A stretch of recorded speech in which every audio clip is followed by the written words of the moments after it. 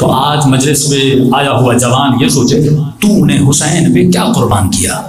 تو اگر ان سے محبت کر رہا ہے ان کا کمال ہے، کیونکہ انہوں نے خود کو سخی بنایا، عالم بنایا، با-تقویٰ بنایا، تو ان کا عاشق بنائے۔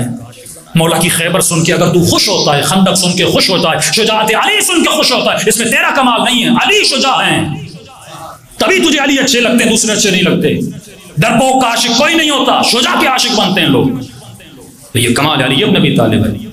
تیرا کمال تب ہے جب تو کچھ قربان کرے۔ اگر تو چند گرام کی آنکھوں کو گناہ کے سامنے بند نہیں کر سکتا تو علی والا نہیں ہو سکتا۔ محب ہے، مودت کے مقام پہ نہیں ہے۔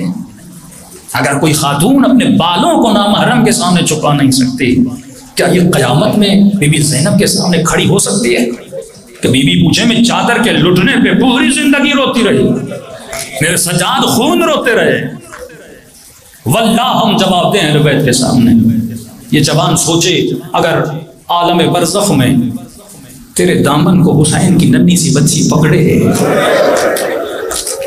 اور یہ بولے بتا میں نے اتنے تماچے کھائے، میرے بدن پہ اتنے زخم آئے، ایسے کیا صلہ لے کر آئے ہو؟ میری قربانی سے کیا سیکھ کر آئے ہو؟